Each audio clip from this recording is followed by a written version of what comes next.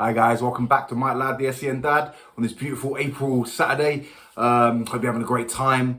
Remember to like and subscribe. Today we're going to be talking about autism signs that SEN parents may have missed. Now remember, I'm not a doctor or health professional. Disclaimer here. Yeah, this software it's not going to be there. I don't have to do that. But very important. Yeah, I'm not medically qualified. I'm not a doctor. All my experience comes from hands-on experience, both as a child and now as a parent. But if you do notice some signs or the signs I've mentioned in this video, the previous video, it might be an idea to speak to your health visitor or to speak to a GP, just to maybe be on the safe side. And again, always trust your instincts. If you do think something isn't quite the way it should be, then yeah, have a look. What we're going to be doing today is just 3 signs that parents can miss. These are signs that I noticed with my son, and I think it's very important because one of them is quite a key one. It's actually listed on the NHS website as an autism sign for toddlers I'm talking about. But I think parents can get a little bit confused because there's a slight difference that I noticed with my son. So the first one, that's what I'm going to talk about first, is a lack of pretend play. Now, pretend play, if you're not sure, the generic one is getting a baby doll and feeding it, yeah? Or another one could be playing with cars like that, making like playing with the cars as if they're real. That normally happens at about 2, sometimes a little bit before 18 months. Or eating pretend food, or that can be just sensory seeking, so that one can be a bit misleading.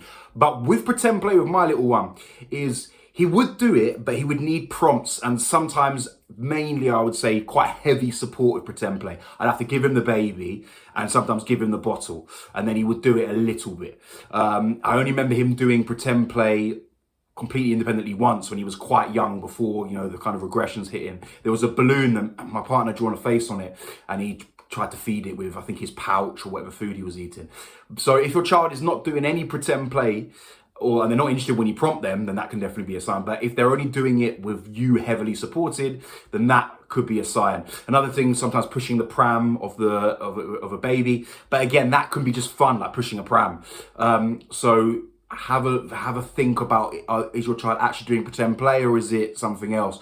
With my little one as well, he would kind of do the car thing, but he'd mainly just pick it up and watch the wheels spin. That is more of an autism sign than pretend play. They're not properly pretending the cars are real. They're moving the car to make the wheel spin, like cause and effect. So that can be a sign as well. The second one is aversion to bright lights. I've mainly noticed with my little one with sunlight rather than bright lights at like an arcade or something. In a previous video, we talked about going to Blackpool where there were loads of lights and he was okay with that. That's not the case for a lot of autistic people, so just be careful with that. But I remember we took him, he was about 2.5, 3, to a beautiful beach in Dorset, Ringstead. Those who know will know what a lovely place it is. And he was kind of struggling with the whole thing. He wasn't in a great place at the time. He was having lots of kind of meltdowns and not very happy. But on the beach, he struggled with the bright light. He would put my hands or my partner's hands on his eyes, and that would calm him down quite a bit.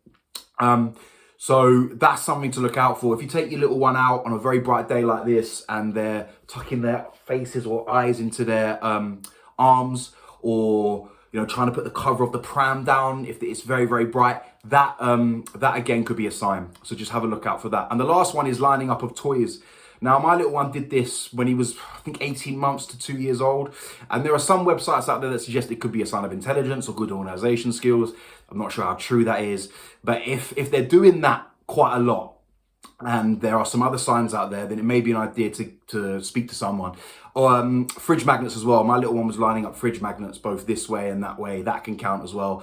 If you feel like they're doing that and they're doing it in quite a focused, borderline obsessive way, like they're not just doing 1 or 2, they're lining up 5 or 6 or 7 toys in a row, that could be a sign. So have a look. If you're noticing a few of these signs, then please trust your gut, as I always say, and speak to someone. Try and get an appointment with a GP or speak to your health visitor.